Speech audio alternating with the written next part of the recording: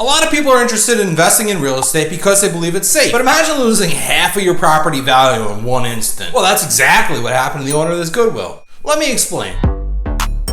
Whenever you see a freestanding retail store, banks, fast food, pharmacies, auto parts, even though there's a national corporation running the business, the property is usually leased from a private landlord. Now, what makes these buildings more interesting is the national corporation often acts as if they're the owner. So they do all the maintenance, snow plowing, landscaping, taxes, insurance, and in some instances, they even build their own building, which is known as a ground lease or a pad lease. On top of this, the national chain usually signs a long lease, like 20 years. So for a landlord, it could be a great investment, especially for like retirees or people that don't have the time to own something like an apartment building.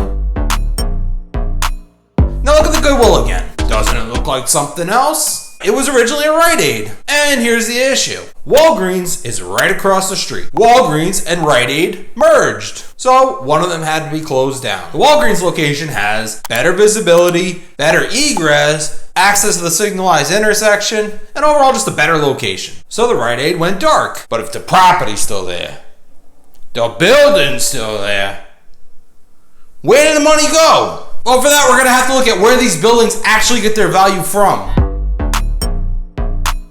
Unlike a house, all investment properties are calculated on two things: the income, also called NOI, and the cap rate, or the percent that income is to the sale price. The cap rate is based on a number of factors. However, for these single tenant retail buildings, it's mostly based on the strength of the corporation's credit. So the better credit the tenant, the lower the cap rate will be. Stronger investment, lower return. So the tenant is everything. The lease is actually what's valuable. Pharmacies are the highest rent payers of any retailer. In turn, makes the property values super high. Now, Rite Aid is still on the lease, so they're still obligated to pay the full rent regardless. So in the meantime, to recoup some of their losses, they sublease to Goodwill. Goodwill can only pay about a tenth of Rite Aid's rent. When it comes to these single tenant buildings, pharmacies are the cream of the crop. And while Rite Aid's lease is still in place, they obviously aren't going to renew.